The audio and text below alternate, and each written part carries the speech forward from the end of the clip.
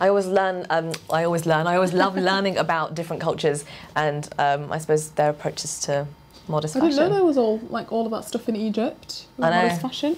Well, I never actually used to be into fashion before working here, but yeah, you learned a few tricks here and there. I have indeed. It's time to introduce our third guest to the show now. 7 years ago, Imam Asim Hafiz was appointed as the first and only Muslim chaplain for the British Army. He is responsible for attending to the spiritual needs of Muslims in the British Army and has visited troops in Afghanistan several times. Now, we have the absolute pleasure of having Imam Asim with us in the studio. Assalamu alaikum. Assalamu alaikum. How are you doing? Not bad. Pleasure to be here. Thank you very much. It's our absolute pleasure having you on the sofa. Now, tell us about your path into chaplaincy, because before you engaged in this role in this field, you actually worked in hospitals and in prisons, didn't you?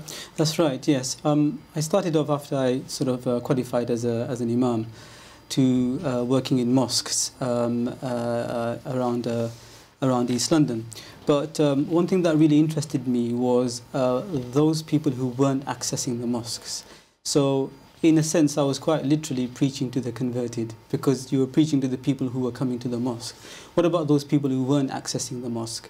And so I got really interested in chaplaincy, where a lot of Muslim people were accessing particular services but were not getting the pastoral and religious support that they needed.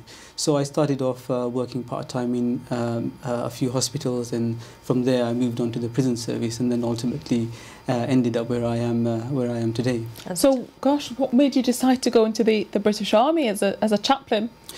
Well, sometimes I answer that question quite concisely, which was, I was foolish enough to apply. So I filled in the form and they took me on. But the truth of the matter is, the advertisement for the post landed on my desk, and I thought, wow, this is an amazing job, because it was at a time when 9/11 had just happened. The war on terror was kind of at its peak. And, you know, British troops were being deployed to Iraq and Afghanistan. And I thought to myself, this is a really good opportunity to get into an organization which is heavily involved in Muslim countries, and to be able to promote a better understanding of Islam and Muslims. And so I filled in the post, filled in the application, went for the interview, and I must have said something right, because they offered me the job. And you've been there for quite a number of years now. It's been about 10 years I've been there, and initially, you know, I spent about 7 years specifically providing pastoral care and religious support to Muslims who were serving in the military. I mean, it wasn't an easy choice to make, because you know, the war on terror at that time was seen as a war against Islam and Muslims, and you know, many people were not supportive of me taking on this job. I was going to say, did you get stick from the community for being in this job? Because of course, you know, the military will go into Afghanistan, you know, majority Muslim countries. How did the wider community feel about you taking on this post? Yeah, there were quite a few people, you know, who, because of a lack of understanding of what my role was about, did find it difficult to comprehend why I would do something like that. But what was important for me was that my job wasn't necessarily about condemning or condoning any kind of war. In particular, my first and primary role was about supporting Muslims who were serving in the military. And just because they joined the British military, that doesn't necessarily mean that they lose their faith or lose their soul. Actually, or sold out. Yeah, exactly. I mean, I found many Muslims serving in the British military that are as devout as people you would find in the community. So actually, it was quite an honor to be able to work with the Muslims who were serving in the military. But the second role, which was, I think, crucial too, was at a time when troops were being deployed to Muslim countries. How do we ensure that they have a good understanding of Islam? And what I found very quickly after taking on the job, that there was a really massive interest from people across the military and the chain of command to access me to understand about Islam and Muslims properly. And why is it important, in your opinion, for the British Army to be able to understand the people who they are, I suppose, going to occupy or work with?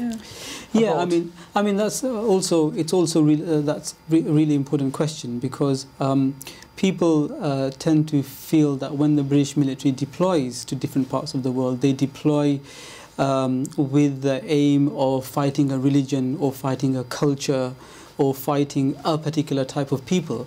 But actually, obviously, my experience now, having worked for the military, it's not that. I mean, they don't wake up one morning and say, we're going to go to war with this particular religion.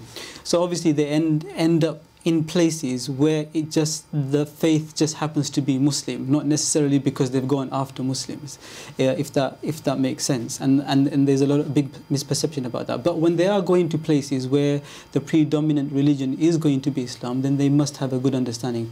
And this was really important. This was very clear to me when I met the Chief of the Defence Staff, who's the most senior serving military officer, a few years ago. And he said to me, people like you are really important for me because what you offer is to help us to prevent conflict. So that was... In what way? What does he mean by that? Well, firstly, what he means is that people assume that the military is about promoting conflict, but actually the military is about trying to... Resolution. Trying to prevent conflict and trying to control conflict. And to try and find an end to the conflict. And in that process, they will have to obviously fight. But what he meant by that was, if we're going into a new environment, they don't understand the culture, they don't understand the religion, they don't understand the people, then potentially through misunderstanding, rather than stopping the conflict, it might escalate the conflict. Yeah. So by having that better understanding of the people they're engaging with and working with. So, for example, in Afghanistan, they were working with Afghan soldiers. Yeah. They were able to prevent the escalation of violence rather than promote it. Right, that's a very interesting perspective. Well, we're continuing the discussion very shortly after the break. Now, we are still joined on the sofa today by Imam Asim. Thank you for sticking around with us. Now, earlier, before the break, we were discussing everything to do with your role as a Muslim chaplain in the British Army and what it entails. Now, what I really want to understand is, we only have about 550 Muslims in the British Army right now, and we have 3 million Muslims in the UK. Why is this number so low? I think, firstly, a lot of people aren't aware of the diversity of the roles that exist within the armed forces. If they were to find out that actually you can be a doctor, you can be a dentist, you can be a lawyer, you can be an engineer, you can be a logistician, you can be a nurse in the armed forces, I think people will be a lot more interested in looking at a career within the armed forces. But also, I think it would be remiss of me to not mention that the recent interventions that the British Armed Forces have been involved in and the lack of understanding of why the British military has been involved in those operations may also feed into that. So I would encourage people to look at what the Armed Forces is about, what it offers, and to understand why the military is involved in these operations better, to be able to get an objective view of what the military is about. Yeah, and the British Army actually has some provisions in place for British Muslims, is that correct? That's correct, yeah. So if you join the British military, if you're a woman, you can wear the hijab. For example, if there are women watching your program today that might want to consider a role in the British military, you can wear the hijab. If you don't want to wear a skirt, you can wear trousers. Also, if Muslim men want to keep a beard, if you want halal food, you want to fast in Ramadan, these kind of provisions are getting better within the armed forces. But I suppose if you're on operation, then you can't fast? Well, on operations, depending on which operation you're on, you could fast. For example, when I was in Afghanistan in Ramadan twice, and obviously I was able to fast, but I'm not a soldier, so I wasn't on the front line. But soldiers who are on the front line and potentially have to be in very difficult situations will obviously not have to fast, because what is paramount is their safety, the safety of their comrades, and obviously the civilian population that will be around them. But I mean, there are some Muslims that say that Muslims are prohibited from joining the army. Mm-hmm. What would you say to that?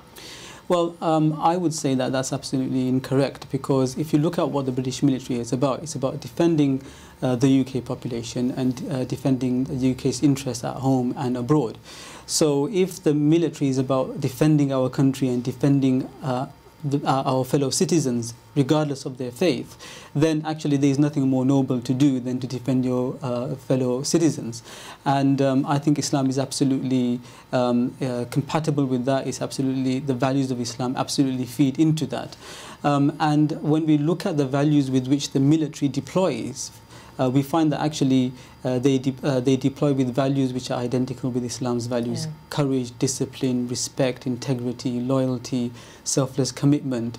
And it's not about which military you join and where you go. It's about justice. And if we look at the roles that the armed forces have been involved in and the way they conduct their operations is very much in line with the Geneva Convention and the International Law of Armed Conflict. So in my opinion, there is no better military to join than the British military. And you think it's probably important for Muslims to be part of the army and that we are represented. I think that's really important. But yeah, thank you so much, Imam, for joining us today. Maybe you guys at home might want to join the army. You know, you can go and have a look. You know, at us at British Muslim TV on Facebook, Twitter and Instagram. Let us know your thoughts on today's show. That's right. I know, because I know it is a controversial topic, being Muslim and being part of the army. So do let us know what your thoughts and opinions are on our social media. But guys, it's the end of the show. We'll be back on your screens tomorrow. So do tune in then, because we'll be on the screens. Assalamu alaikum.